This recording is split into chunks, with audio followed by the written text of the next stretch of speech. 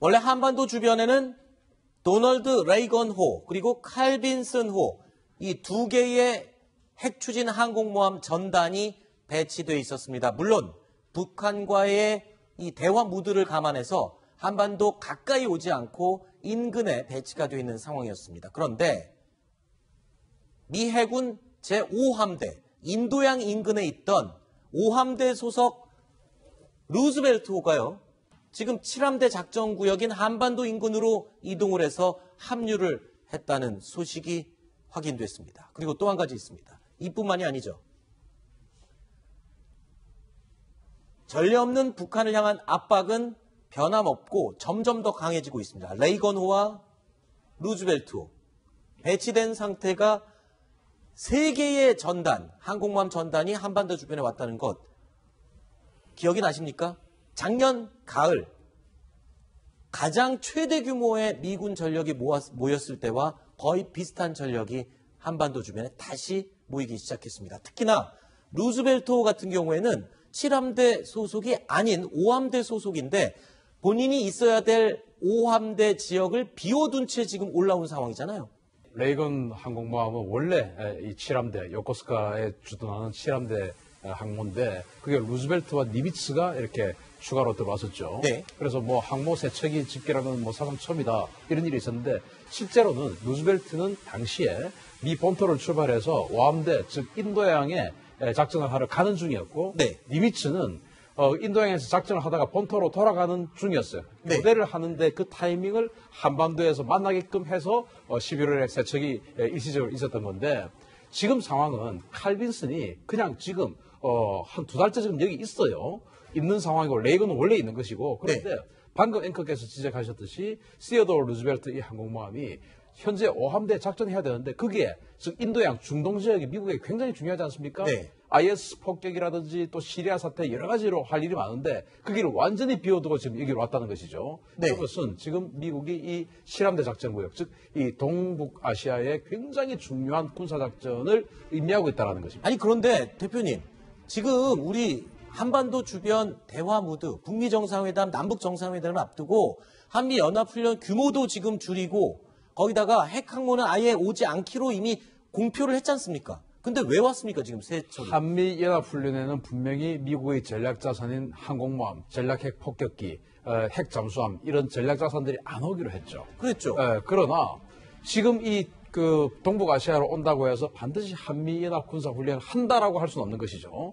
따라서 한미연합 군사훈련에는 참가하지 않고 이 한국에 한 24시간 내에 진입할 수 있는 오키나와 인근 정도의 대기를 하고 있는 것이 아닐까. 따라서 아까 앞서서도 이제 여기서 논의가 됐었지만 존 볼턴이라든지 여러 가지 이런 미국의 외교적인 압박이 지금 진행되는데 거기에 힘을 더 실어주는 군사적 압박까지도 미북 정상회담에 앞서서 이런 군사적 압박도 준비하는 거 아닌가 싶습니다. 그런데 한 가지 더 있습니다. 우리가 지금 주목해야 될 부분이요. 루즈벨트호는 인도양에 있어야 될 항공모함 전단인데 7함대 소속으로 한반도 주변으로 옮겨서 합류했습니다. 여기에 이게 전부가 아닙니다.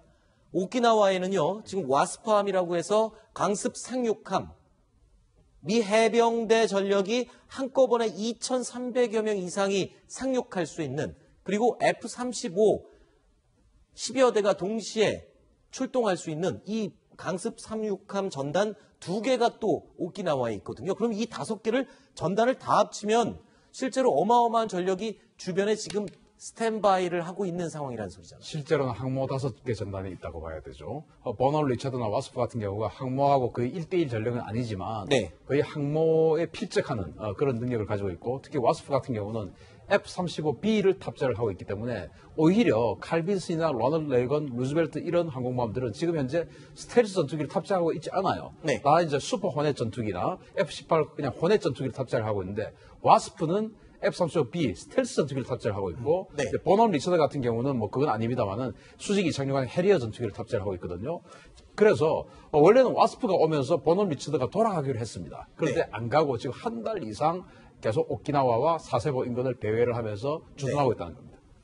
작년에 그 트럼프가 북한에 대해서 완전히 파괴시킬 수도 있다 이런 얘기를 유엔 연설에서 했었는데요. 네. 지금 직결시키고 있는 이 전략자산들을 보면 정말 완전히 파괴시키고도 남을 정도의 그렇죠. 전략자산을 직결시키고 있습니다. 이것은 좀 직접적으로 보면 세 가지 정도로 분석될 수 있는데요. 첫 번째는 뭐냐면 김정은 협상 대상자인 김정은에 대해서 공포를 극대화시킴으로써 협상에서 우위를 차지하겠다. 그리고 협상의 주도권을 확보해서 비핵화를 반드시 이끌어내겠다. 이런 협상 전략 차원에서 이렇게 그 전략 자산을 직결시킬 수 있고요. 두 번째는 뭐냐면 만약에 협상이 결렬돼 가지고 정말 피치 못하게 선제 공격을 할 상황이라면 이 압도적인 화력으로 초기에 그 전쟁을 끝내므로써 이제 북한의 반격을 붕괴하겠다. 그다음에 이런 것이 있을 수 있고 세 번째는 뭐냐면 지금 그 북한과 중국과의 관계가 지금 정상회담 하는지 안 하는지 모르겠지만 하여튼 그런 정도로 지금 또 다시 가까워지고 있는데 중국이 만약에 북한을 군사적으로 도와줄 수 있는 가능성 이런 부분을 미국의 그 압도적인 전략 자산을 한반도 주변에 배치함으로써 중국의 어떤 그런 부분들을 좀 견제하고 그런 측면이 있다고 봅니다. 김정은 시장님, 네. 지금 굉장히 중요한 시점입니다. 미국은 군사력을 동원했던 이유, 김정은 시장께서 여러 번 설명을 하셨지만 비핵화 협상에서 북한을 최대한 압박하기 위한 또 하나의 카드로 지금 군사력을 집중시킨다라고 설명을 해주셨었는데 지금 상황이 조금 또 변했습니다. 중국과 북한이 저렇게 가깝게 시진핑과 김정은이 만나서 정상회담을 하는 게 확인이 된다면 지금 미국에서도 다른 카드를 또 준비해야 될 때가 온 거 아닌가요? 현재 미국에서는 분명히 이제, 북한과 중국 간에 어떤 레벨에서 회담이 되는지 현재 정확하게 않지 않습니까? 그렇죠. 아직 확인이 안 됐으니까요. 발표가 되면 미국 언론에서 상당히 환영하는 쪽으로 나올 가능성이 더 높습니다. 오히려 북중 만남을 환영한 쪽을 입장을 밝힐 거라고요? 그렇죠. 어차피 아까도 말씀드렸지만 중국 입장에서는 북한 비핵화가 목표이기 때문에 네. 중국도 북한을 비핵화시키는 데 동참할 거기 때문에 아하. 오히려 미국과 북한 간의 회담에서 북한을 비핵화로 압박할 수 있는 가능성이 더 높아졌다 생각은 할 겁니다. 네. 다만 현재 북한을 두고 친미로 갈 거냐 친중으로 갈 거냐 하는 그런 서로 이 견인 노력에 있어서 일부 언론에서는 친미로 갈 가능성도 있다고 얘기를 했는데 네. 현재 중국이 북한을 끌어당기게 되면은 네. 그런 가능성은 낮아지는 겁니다. 과거의 사례를 들자면은 2000년도가 바로 문제가 되는 해인데 네. 2000년도에 바로 이제 북한의 총정치국장 네. 허명록이 미국을 가서 그 당시에 이제 클린턴 대통령을 만납니다. 네. 그다음에 이제 미국의 국무장관 올브라이트가 네. 김정일 위원장을 만납니다. 네. 만나서 뭘 합의하냐면 클린턴 대통령이 북한을 방문하기로 2000년도 10월에 방문하기로 약속을 딱 하게 됐습니다. 네. 그 당시에 그 미국과 북한에 나온 얘기들이 정말 끔찍한 얘기들이 나오는데 뭐라고 그랬냐면 조명록 그 총정국장이 미국에 가서 현재 나진항을 미국에 주겠다 그랬습니다. 네. 도착했다. 그러면 미국의 해군이 주둔하라 그런 식으로 얘기했고 네. 만약에 중국과 미국 간의 그 갈등이 벌어지면 자기들은 미국 편을 들겠다. 네. 이게 사실은 어떻게 보면은 믿길 수도 있지만 그런 말을 했던 것 자체가 상당히 그 당시에는 북한 입장에서는 이 친미로 기울라 그랬거든요. 네. 요번에도 만약에 미국과 북한 간의 회담이 필요하면은 중국 입장에 감당이 힘드니까 네. 일단은 끌어안았다. 끌어안았다고 봐야 되겠습니다. 알겠습니다. 역시 F-15K도 보잉에서 만든 거 아니겠습니까? 네. 그래서 보잉에서 미국에서 허락해줘서 보잉이 저걸 장착할 수 있도록 다 양해를 받고 네. 그렇게 해준 겁니다. 네. 그러면 지금 F-15K만 장착할 수 있는 실제로 이 F-35보다 F-15K가 덩치가 훨씬 큰가 보죠, 그러면? 훨씬 큽니다. 그래요? 그런데 F-35에다가 타우러스를 장착하면 그것은 사실은 그 호빵에다가 그 팟소를 넣지 않고 다른 걸 넣는 거나 똑같습니다. 그렇군요. 왜냐하면 F-35는 스텔스 전투기 아니겠습니까? 네. 근데 거기다 미사일 달아버리면 스텔스가 아니게 돼버립니다. 아. 저걸 F-35의 내부 무장창에다 집어넣어야 스텔스가 그대로 되는데 그러네요. 밖에 뭐가 주렁주렁 달려있으면은 당연히 스텔스 기능을 상실해버리죠. 그렇죠. 그래서 탈 수 있다 하더라도 날개에 달 수 있다 하더라도 다는 것은 사실은 바보짓입니다. 네. 그래서 F-15K에 다는 겁니다. 그러면 북한이 지금 이렇게 예민하게 반응하고 있는 타우러스 미사일 저희 뉴스탑10에서 한번 소개를 해드린 적이 있거든요. 그 내용을 다시 한번 짚어보겠습니다. 사거리가 500km 이상이고 그리고 엔진 유도 장치를 장착해서 이 두 가지가 가장 큰 특징으로 꼽히고 있군요. 그러니까 이 부분은 정확성, 네. 목표들 타격할 수 있는 정확성이고요. 이거는 사거리가 일반 현무 탄도미사일보다 훨씬 길다. 현무는 참고로 한 180km 정도 날아간다고 했을 때, 물론 개량형 현무 2나 3까지 가겠지만 제가 말씀드린 건 현무 1을 말씀드립니다. 예. 그래서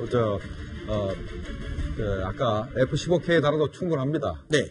충분한 것이 사거리가 500km이기 때문에 네. 뭐 북한 지역을 안 들어가도 얼마든지 북한의 전적을 타격할 수 있으니까 네. 뭐 스트레스 기능이 없어도 되는 것이죠. 네. 그다음에 이제 이 타우러스가 관통력이 대단하거든요. 네.